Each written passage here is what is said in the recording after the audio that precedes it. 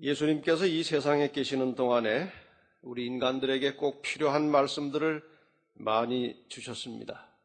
그분의 삶 자체가 하나님의 말씀이었고 또 그분의 입술을 통해서 나오는 모든 말씀이 곧 하나님의 뜻이었습니다. 예수님께서 이 땅에 계실 때 하셨던 모든 말씀은 스스로 하신 말씀이 한마디도 없습니다. 요한복음 8장 28절에 보면 이에 예수께서 가라사대 너희는 인자를 든 후에 내가 그인 줄 알고 또 내가 스스로 아무것도 하지 아니하고 오직 아버지께서 가르치신 대로 이런 것을 말하는 줄도 알리라. 예수님께서 내가 스스로 아무것도 하지 않는다. 아버지께서 가르치시고 아버지께서 주신 말씀을 너희에게 전하는 것이라고 하셨습니다. 요한복음 7장 17절에 보면 사람이 하나님의 뜻을 행하려 하면 이 교훈이 하나님께로서 왔는지 내가 스스로 말함인지 알리라. 우리가 하나님의 말씀을 들을 때 그 말씀을 분별하고 깨달을 수 있는 아주 중요한 열쇠는 하나님의 뜻을 행하고자 하는 하나님의 말씀에 순종하고자 하는 그런 갈급한 심령이 있을 때 우리는 그분의 말씀을 이해하고 깨달을 수 있다는 것입니다. 예수님께서 이 땅에 계실 때 아마 쓸데없는 말, 불필요한 말은 한마디도 하지 않으셨을 것입니다. 여러분도 그렇게 믿으십니까? 예수님은 꼭 필요한 말씀만 하셨을 것입니다. 예수님께서는 사람들이 묻는 말에 때로는 친절히 대답을 해 주셨습니다. 사람들이 어떤 부탁을 할 때에 아주 쾌히 그 부탁을 들어주시고 응답을 하셨습니다. 그런데 종종 예수님은 사람들이 묻는 말에 대해서 그 대답을 피하셨습니다. 때로는 침묵하셨습니다.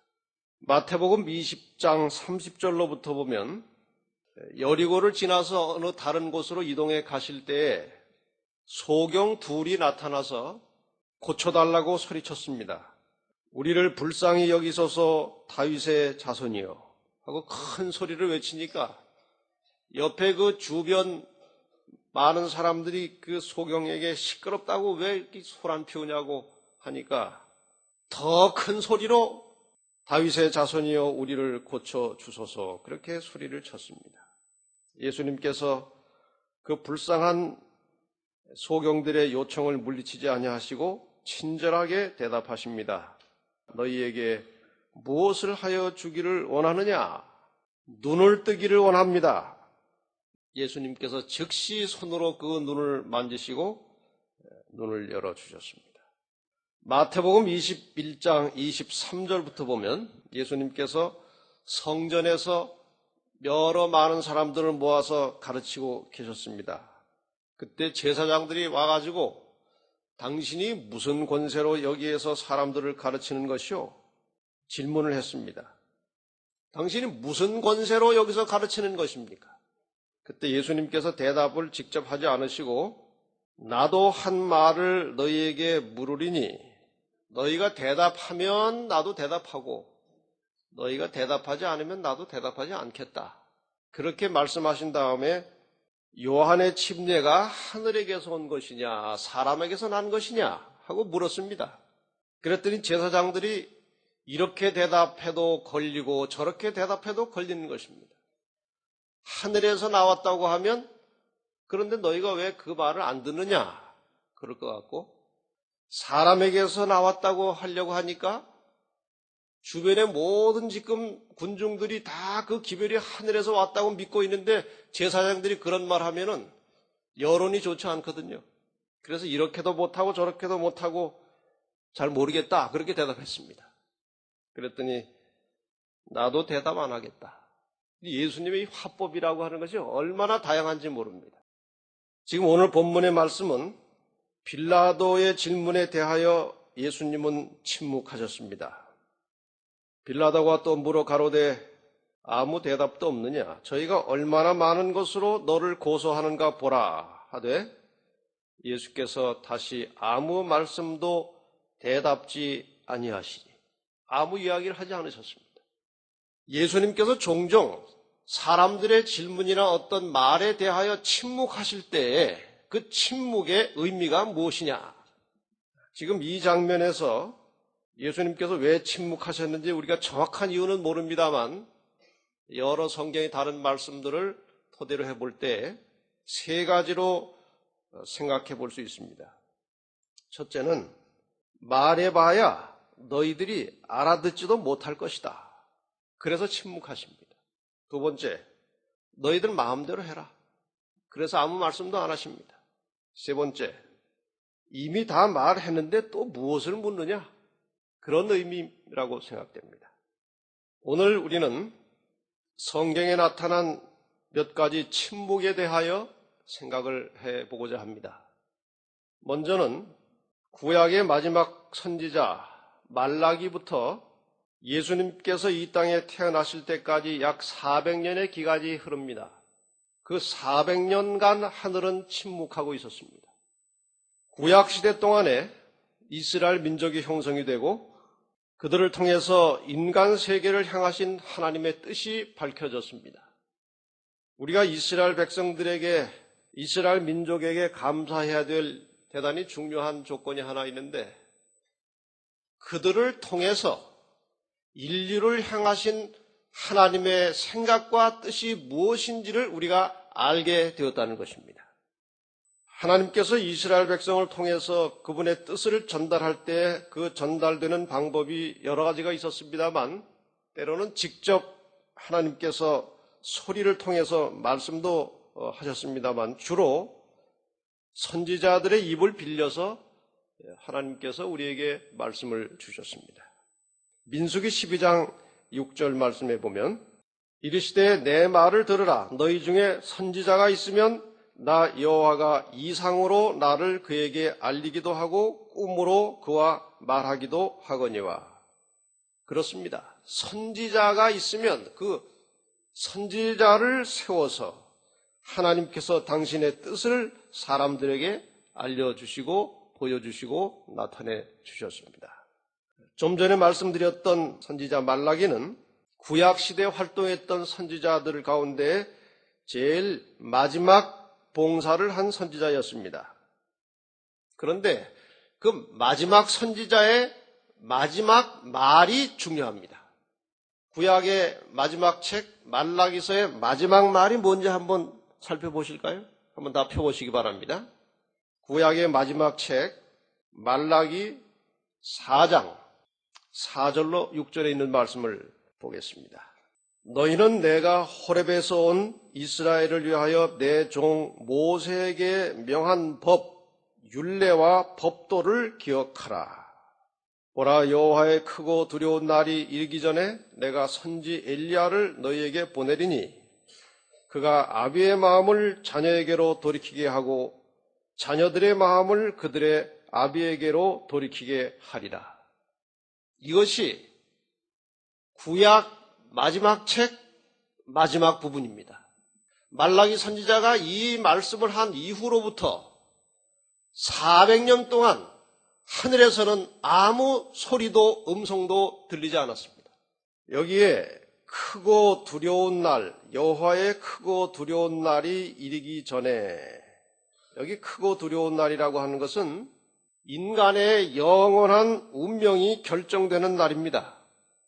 이 성경에서 크고 두려운 날이라고 할 때에 언제나 이중의 의미를 갖습니다. 하나는 예수님께서 초림하셔서 이 땅에 오신 때를 크고 두려운 날이라고 했습니다. 그리고 예수님께서 이제 돌아가셨고 부활하셨고 승천하셨는데 다시 이 땅에 내려오시는 그 날을 크고 두려운 날이라고 합니다. 그런데 우리가 흔히 생각하기를 재림하시는 날은 대단히 웅장하고 천천만만의 천사와 큰 나팔소리와 대단한 그 찬란한 광명의 모습으로 예수님께서 오시기 때문에 크고 두려운 날이라는 생각이 이해가 갑니다만 예수님께서 초림하셨을 그 당시를 왜 크고 두려운 날이라고 할 수 있느냐 하는 것입니다. 왜 그럴까요? 2000여 년 전에 아주 조용하게 초라한 모습으로 이 땅에 오신 예수 그리스도 메시아, 그분이 비록 조용하게 초라하게 오셨지만 이 땅에 거하는 모든 인간들은 그 예수를 어떻게 하느냐에 따라서 영원한 운명이 결정되는 것입니다. 그 초림하신 예수 그리스도를 내가 구주로 영접하느냐, 거절하느냐에 따라서 우리가 영원히 사느냐, 영원히 죽느냐가 결정나는 것입니다. 그래서 그분이 오신 초림도 크고 두려운 사건입니다. 얼마나 큰 사건입니까? 사람에게 있어서 죽음보다, 그것도 영원한 죽음보다 더 두려운 사건이 어디 있습니까? 예수 그리스도의 초림을 우리가 어떻게 하느냐에 따라서 우리의 영원한 운명이 달라지는 것입니다. 그래서 그렇게 중요한 일이기 때문에 초림 직전에, 재림 직전에 선지 엘리야를 너희에게 먼저 보내서 이 사실을 미리 알리고 준비시키겠다는 말씀이 말라기 4장 끝에 나와 있습니다. 구약 전체는 우리가 잘 알고 있는 대로 메시아의 초림을 예고하고 있습니다. 그리고 말라기 선지자는 메시아의 출현 직전에 그의 길을 예비하고 평탄케 할 침례 요한의 출현을 엘리야라고 하는 상징적인 이름으로 사용하고 예언한 것입니다. 예수님의 초림 직전에 엘리야의 사명을 가지고 와서 예수 그리스도에 대하여 알리고 예고하고 그분의 오심을 준비케 한 엘리야가 있었듯이 이 역사의 마지막 재림 직전에도 이 땅에 또 다른 엘리야들이 있을 것입니다. 오늘 거기까지 가면 시간이 너무 많이 소모되기 때문에 일단 그 엘리야는 나중에 다시 한번 설교하기로 하고, 어쨌든 이런 예언을 한 다음에 구약이 끝났습니다. 그 후에는 하나님의 직접적인 말씀도 없었고 선지자도 다시 나타나지 않았습니다. 400년간의 침묵이 흘렀습니다.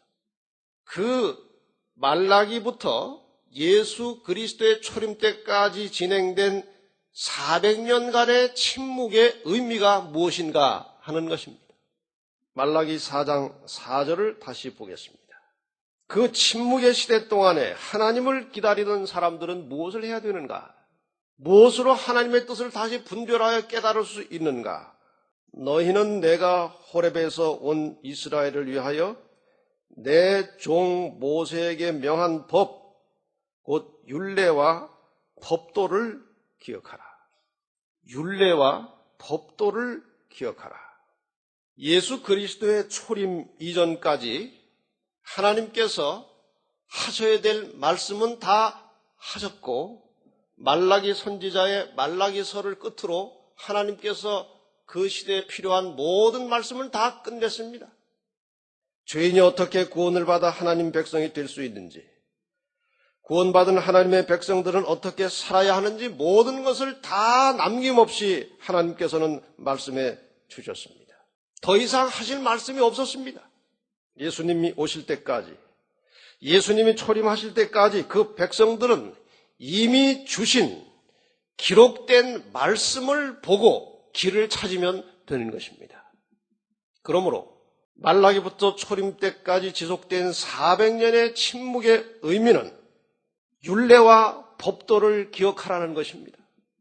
이미 하나님께서 남김없이 우리에게 베풀어 주신 말씀을 기억하고 그 말씀을 살피고 살면서 예수의 초림을 기다리고 준비하라는 것입니다. 이것이 침묵의 의미였습니다. 이 침묵이 드디어 깨졌습니다. 여러분, 제가 지금 성경 퀴즈를 하나 하겠습니다. 이 하늘에서 400년간 침묵이 있다가 언제 소리가 들렸습니까? 400년의 침묵을 깨고 하늘의 소리가 처음 들린 것은 어떤 때였습니까? 누가복음 1장에 나옵니다. 이 누가복음 1장에 나오는 말씀은 400년 끝에 나타난 하늘의 소리였습니다. 8절부터 그 배경 이야기가 나옵니다만 시간이 없어서 다 넘어가겠습니다. 13절, 제사 봉사를 하고 있던 제사장 사가랴에게 천사가 나타났습니다. 누가복음 1장 13절, 천사가 일러 가로되 사가랴여 무서워 말라. 너의 간구함이 들린지라.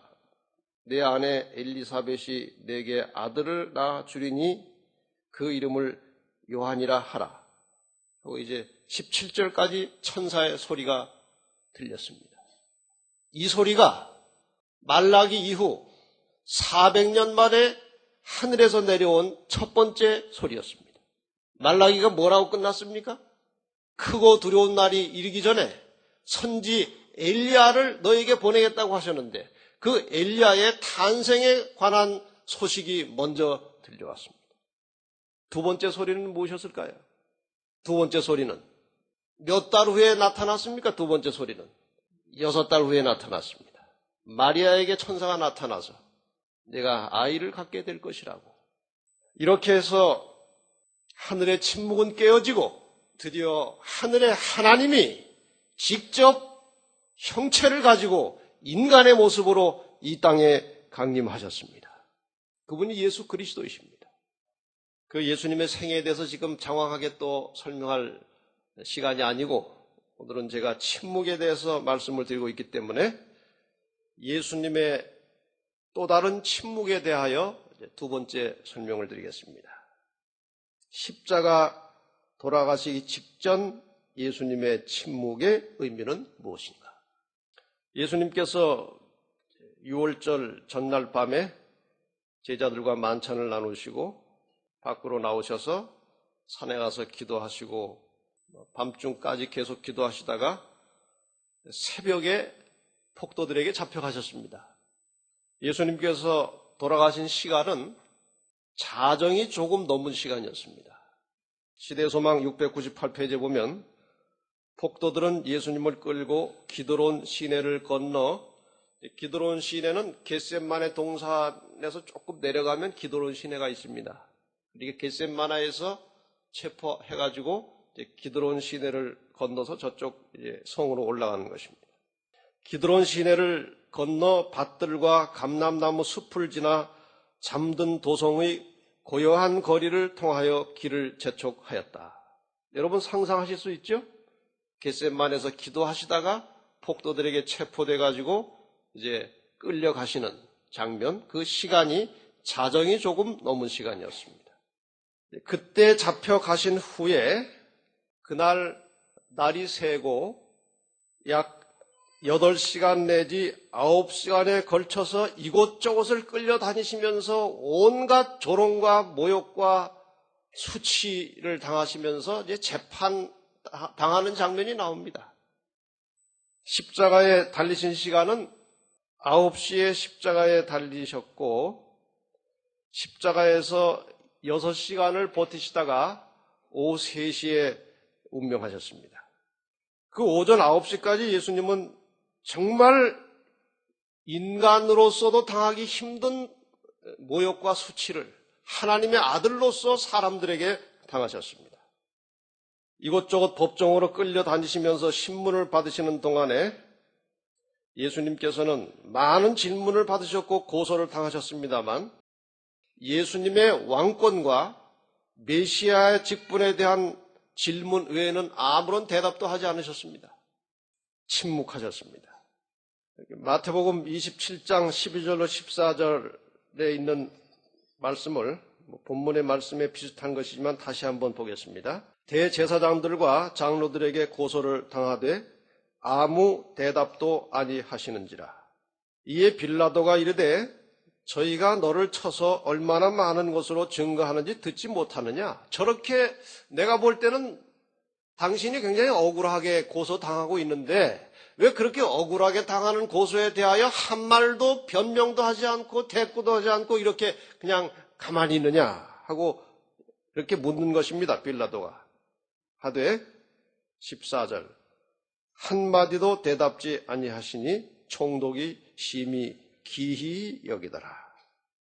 예수님께서 왜 그 억울하게 고소하는 그 순간에 말만 잘 하시면 그 총독이 딱 듣고 이 사람 절대로 그렇게 사형에 해당한 사람이 아니다. 변명도 해줄 수 있었을 순간에 왜 주님은 침묵하셨는가? 마가복음 14장 21절에 성경절을 연속해서 3개를 보겠습니다. 인자는 자기에게 대하여 기록된 대로 가거니와 인자를 파는 그 사람에게는 화가 있으리로다. 그 사람은 차라리 나지 아니하였다면 제게 좋을 뻔하였느니라 하시니라. 인자는 자기에게 기록된 대로 가거니와, 예수님의 운명에 대하여 기록이 있습니까 없습니까? 구약에 다 나와 있습니다. 예수님은 어차피 팔려서 가시는 것입니다. 예수님 자신은 기록된 대로 가는 것입니다.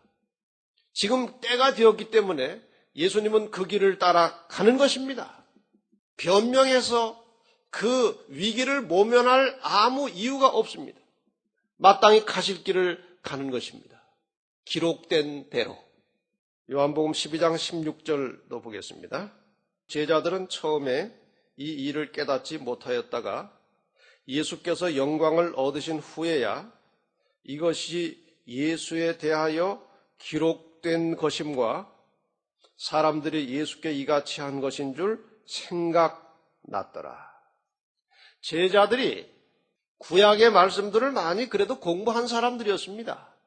그런데 구약에 예언된 말씀이 메시아이신 예수 그리스도를 통해서 성취되어 가는 동안에 그 예수님께서 지금 지나가시는 모든 과정이 구약에 이미 기록된 예언된 말씀을 통해서 그 과정이 성취된다는 사실을 제자들은 별로 깨닫지 못했습니다. 나중에야 예수님께서 그렇게 된 것이 기록되었던 것이구나, 그렇게 뒤늦게 깨달았습니다. 한 절만 더 보겠습니다. 누가복음 24장 44절입니다. 또 이르시되 내가 너희와 함께 있을 때 너희에게 말한 바 곧 모세의 율법과 선지자의 글과 시편의 나를 가리켜 기록된 모든 것이 이루어져야 하리라 한 말이 이것이라. 지금 나에게 일어나고 있는 모든 일이 구약 성경에 이미 다 기록된 것이 이루어지는 것이다 하고 제자들을 다시 한번 깨우쳐 주셨는데, 이것은 예수님께서 부활하신 후에야 깨우쳐 주신 것입니다. 그렇다면 다시 이제 우리가 조금 시간을 거꾸로 돌려서 예수님이 재판정에서 이 사람 저 사람에게 고소당하고 수치당하고 모욕당하실 때에 어떤 질문을 또 받으실 때 왜 침묵하셨을까요? 왜 빌라도가 또 제사장들이 묻고 고소하는 말에 대하여 왜 아무 대답도 하지 않고 침묵하셨습니까? 예수님의 그 침묵의 의미는 이미 기록된 말씀을 보라는 것입니다. 그 말씀이 이미 성취되고 있다는 사실을 깨달으라는 것입니다. 그것이 그분의 침묵의 의미였습니다. 아까 말라기는 말라기 시대 이후에 예수님께서 오실 때까지 400년간의 침묵의 의미는 율례와 법도를 기억하라는 것이고, 예수 그리스도의 십자가 직전의 침묵의 의미는 말씀을, 기록된 말씀을 확인하고 보라는 것입니다. 그것이 다 지금 성취되고 있음을 알려주시는 것입니다. 예수님께서 돌아가셨고 부활하시고 승천에 가셨습니다. 그대로 지금까지 400년의 5배가 넘는 세월 동안, 2000년 동안 하늘은 또다시 침묵에 들어갔습니다. 2000여 년 전에 유대인들은 인간이 되신 하나님과 함께 살면서 그분의 음성을 직접 들었습니다. 그런데 지금은 예수님께서 승천하신 이후로 예수님은 지금까지 2000년 동안 침묵하고 계십니다. 수많은 그리스도인들이 고난을 당하고 박해를 당하고 순교를 당했던 그 시기에도 예수님은 침묵하셨습니다. 많은 그리스도인들이 억울하게 짐승에 찢겨 죽고 화형 불에 태워 죽임을 당하고 온갖 고난과 시련과 박해가 계속되는 동안에도 하늘에서는 아무런 천둥도 진동도 없이 하늘은 침묵하고 지금까지 온 것입니다. 지금쯤 한마디 하셨으면 좋겠는데 지금 세상이 얼마나 어지럽고 복잡합니까? 살아있는 것 자체가 기적입니다. 언제 어느 시에 테러가 일어날지, 언제 어느 시에 질병에 들어갈지, 어떤 사고가 일어날지, 하나님의 백성들까지도 정말 불안한 세상에, 불확실한 세상에 처해 있습니다. 이때 하늘에서 소리 한번 내려주시면 참 좋을 것 같은데. 자, 이제 그만들 다투고 그만 싸워라. 내가 곧 내려간다. 너희들 성경 말씀을 따라서 안식일을 잘 지켜라. 안식일은 7째 날이다. 이렇게 한번 크게 해주시면 참 속 시원할 텐데 하늘은 지금도 침묵하고 있는 것입니다. 한 이야기를 소개하면서 결론을 짓겠습니다. 1587년 일본의 태수 히데요시가 본격적으로 기독교 탄압을 시작했습니다. 일본에는 우리나라보다 훨씬 더 복음이 먼저 들어갔습니다. 16세기 말부터 17세기 초에 걸쳐서 극심한 기독교 탄압이 있었습니다. 일본에서. 그 당시에 일어났던 일입니다. 한 성직자의 경험이었습니다. 주변에 많은 신자들이 고문과 박해를 견디다 못해 기독교 신앙을 포기하기도 하고 때로는 신앙을 지키다가 순교를 당해서 죽어갑니다. 정말 모질고 고통스러운 일들이 계속해서 벌어지지만 하나님께서는 아무런 표적도 기사도 보여주지 않으십니다. 아무리 기도를 해도 핍박은 끝이 보이지 않았습니다. 이 성직자가 도대체 하나님은 지금 뭘 하시는 것일까? 이렇게 우리 백성들이 신앙을 지키기 위해서 고통당하고 죽어가고 있는데 도대체 하늘은 왜 침묵을 지키고 있는 것일까? 이 국가에서는 성직자에게는 그렇게 강요하지 않고 성직자는 계속 살려둡니다. 왜냐하면 성직자를 변질시켜서 기독교인들을 변질시키는 것이 더 빠르기 때문에. 왜냐하면 국가가 힘을 가지고 교인들을 몰아붙이니까 말을 잘 안 들어요. 그래서 성직자를 변심시켜서 변심한 성직자가 교인들도 변질시키도록 그렇게 유도하고 있었습니다. 정말 이 성직자는 견디기 어려운, 견딜 수 없는 고문을 당하는데 그것은 자기에 대한 고문이 아니고 교인들에 대한 고문입니다. 감옥에 한 방에 성직자를 혼자 가둬두고 그 옆방에 함께 일하던 그 농촌에서 신앙을 받고 신앙생활을 하던 교인들을 가두어 둡니다. 그리고 벽 사이에 구멍을 뚫어 놓습니다. 그것을 구멍 매달기 고문이라고 합니다. 구멍 매달기 고문. 이 구멍 매달기 고문이란 무엇인가? 성직자는 그냥 편안하게 두고 그 옆방에 있는 신도들을 핍박하는 것입니다. 그 당하는 소리가 구멍을 통해서 이 성직자에게 들려오는 것입니다. 근데 한동안 조용한 것 같더니 옆방에서 코 고는 소리가 나요. 자기는 지금 이 당하는 고통 때문에 육체적인 고통은 아니지만 자기의 신도들이 여러 가지 고난과 핍박을 당하는 것 때문에 아주 마음속에 깊은 고뇌와 고통을 가지고 있는데 옆방의 교인들이 코를 고는 거예요. 야, 저럴 수가 있나? 나는 지금 고통 속에 이렇게 고뇌하고 있는데 저렇게 편안하게 코를 골고 자다니. 변심한 자기 선배 성직자가 자기를 찾아왔습니다. 그 옆에서 무슨 일이 일어나는지를 가르쳐 준 것입니다. 교인들을 그 옆방에 거꾸로 매달고 귀를 찢어 놓는다 그럽니다. 귀를 찢어 놓으면 피가 이제 아래로 몰리면서 그 찢겨진 부분으로 피가 계속 흘러나온다는 거예요. 그게 막 이쪽 얼굴에 뭉치고 피가 엉켜서 그걸 참지 못해가지고 그 고통이 코 고는 소리로 들린다는 것입니다. 이 사실을 이 성직자가 깨닫게 되었을 때 도저히 자기 신앙을 버틸 수가 없었습니다. 그래서 드디어 마침내 신앙을 포기하겠다고, 다시는 전도하지 않겠다고 예수님을 배신하는 행위를 하게 되었습니다. 자기의 고통을 면하기 위해서가 아니라 그 함께 당하는 신도들의 고통 때문에 더 이상 자기는 버틸 수가 없었다는 것입니다. 이런 일도 있었습니다. 그 당시 그 배교의 한 방법으로 예수님이 그려진 목판에 그려진 성화, 예수님의 얼굴 위에다가 발을 올려놓고 밟고 지나가면 그 행위로 배교를 인정하고 살려주고 박해를 멈추는 것입니다. 그 사람에 대해서. 이 성직자도 그 성도들 때문에 배교의 행위를 하게 되었습니다. 그가 이렇게 기록했습니다. 그 성화 위에 나도 발을 놓았다. 그때 이 발도 움푹 들어간 그분의 얼굴 위에 있었다. 그 움푹 들어간 것은 여러 사람들이 하도 밟고 지나갔기 때문에 닳아서 그렇게 된 것입니다. 내가 수없이 생각하며 살았던 얼굴 위에 산속에서 방황하고 있을 때나 옥사에서 언제나 생각해내며 따뜻한 위로를 받았던 그분의 얼굴 위에 평생 동안 사랑만 베풀며 살았던 그분의 얼굴 위에 내 발을 올려놓았다. 그 얼굴은 지금 성화판의 나무 판자 속에서 닳고 패어버린 그리고 슬픈 듯한 눈빛으로 이쪽을 보고 있다. 그 슬픈 눈으로 밟아도 좋다라고 내게 말했다. 밟아도 좋다. 내 발은 지금 아플 것이다. 지금까지 내 얼굴을 밟았던 인간들과 똑같이 아플 것이다. 하지만 그 아픔만으로 충분하다. 나는 너희의 아픔과 함께 고통을 나누겠다.